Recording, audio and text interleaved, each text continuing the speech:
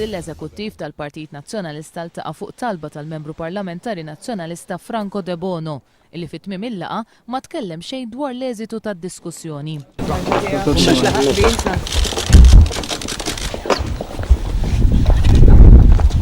Fil-laqa li kien hemm preżenti wkoll Ġefri Pulicin Orlando u l-Ministru Ostingat baqa' ma ntlaħaq ebda ftehim dwar kif għandha tinġar ir-responsabilità politika għal falliment fis-sistema tat-trasport pubbliku.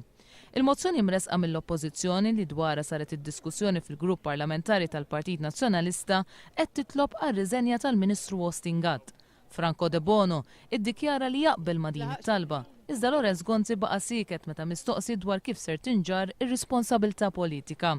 Lorenz Gonzi ma rispondix minkejja li l-Gvern ammetta li żbalja fit-tfassil tar-rotot u minħabba fekk il-poplu Malti u Awċi kellu jaffaċċja l-konsegwenzi. U dwar ir-riżenja tal-Ministru Ostingat?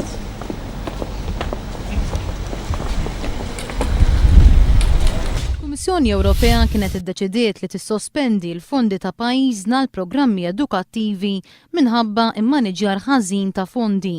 Fil-11 ta' Lulju li għadda, l-Kummissjoni Ewropea kienet qalet li qed terfa' parti mis-sospensjoni għaliex il-Gvern ma sodisfax biżżejjed il-kriterji fil-maniġjar tal-fondi. Dakinhar il-Gvern kien ħabbar li tneħħi tal-kollox is-sospensjoni ta' dawn il-fondi u li ser jerġgħu jinfetħu sejħiet tas-sena 2011. Fi sqarrija maħruġa mid-Dipartiment tal-Informazzjoni, il-Ministru Dolores Cristina kienet qalet li d-deċiżjoni tal-Kummissjoni Ewropea turi li sar il-progress meħtieġ fl-istrutturi involuti fil-proċess tal-immaniġjar ta' dawn il-programmi. Iżdissa, ir-riżulta li dan mhuwiex minnu. Il-verità hija li fuq mistoqsija tiegħi il-Kummissjoni rispondiet illi l-affarijiet ma ġewx irranġati kompletament. Għad jonqos diversi aspetti illi huma qed jistennew li jkun hemm titjib fuqhom, dat titjib ma jsirx il-sospensjoni fit-totalità tagħha mhijiex ħadd titneħħa.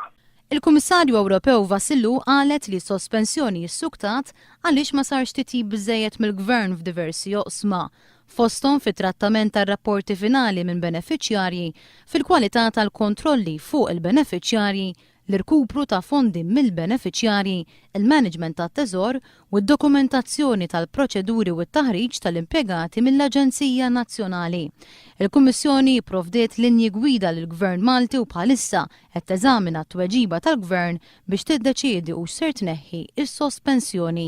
Nisperaw illi jkunu ttieħdu l-miżuri kollha neċessarji biex ikun hemm rimedju għax dan huwa inġust għal dawk iż-żgħażagħ tagħna li jridu japplikaw għal dat tip ta' programmi. Fid-9 ta' Ġunju tas-sena li għaddiet, il-Prim Ministru Lorenz Gonzi ħabbar ir-raba' proġett ta' Gvern Nazzjonalista l-White Rocks fi żmien 15-il sena. Proġett li kellu jikkonsisti f'investiment ta' 200 miljun euro fil-waqt li joħloq impjiegi ġodda. F'dan il-proġett iridu jinħolqu tal-inqas 800 impjieg ġdid. Dakinhar il-Prim Ministru kien qal li n-negozjati dwar dan il-proġett kienu għadhom għaddejjin. 16 xahar wara l-Ministru Dolores Cristina fil-Parlament reġgħet qalet l-istess u dan fit-tweġiba l-mistoqsija parlamentari ta' Chris Saġus. Kif qegħdin taraw il-proġett tal-White Rocks għadu ma materializzax. F'dawn l-aħħar 16-il xahar ix-xogħol li suppost kellu jibda mill-aktar fis possibbli baqa' ma bediex għaliex skont il-Gvern in-negozjati għadhom għaddejjin. Meta f'Ottubru tas-sena l-oħra l-Prim Ministru Lorenz Gonzi kien qal li l-istess negozjati kellhom jintemmu f'temp ta' ftit ġimgħat. Il-proġett tal-White Rocks kellu jservi ta' dar għal 40 dixxiplina sportiva, House of Sports, ċentru ta' xjenza sportiva, kulleġġ sportiv u park għall-familja. It-tnejn kompla l-ġuri ta' Serġi Nikituk li qed jiġi akkużat li kaġuna l-mewt ta' martu wara argumenti li kellu magħha f'appartament f'San Pawli l-Baħar.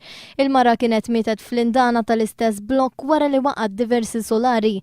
Fil-qorti l-espert tal-IT qal li dakinhar tad-delitt il-vittma bagħtet żewġ messaġġi lill-maħbub tagħha fejn qaltlu li ż-żewġa kien qed isawwata. Fil-5 jum ta' dan il-ġuri l-espert tal-IT Martin Bajjada qal li waqt li l-mara kienet fix-xaft saru xi telefonati iżda peressi li ma kienx hemm reception daħlu kollha voicemail. Serġi Nikituk qed jiġi akkużat li abbanduna lil martu waqt li kienet qed tmut. Il-numru ta' karozzi fit-toroq Maltin fl-aħħar ta' Settembru li għadda kien jammonta l-ftit aktar minn 300,000. Minn dawn 3/4 minnhom kienu vetturi privati waqt li anqas minn kwart kienu vetturi kummerċjali. Matul Lulju Settembru li għadda nħarġu madwar 5,000 liċenzja ġdida. Fl-istess perjodu nħarġu wkoll 2,000 liċenzja fuq karozzi ġodda u kważi 3,000 liċenzja ġdida għal karozzi second hand.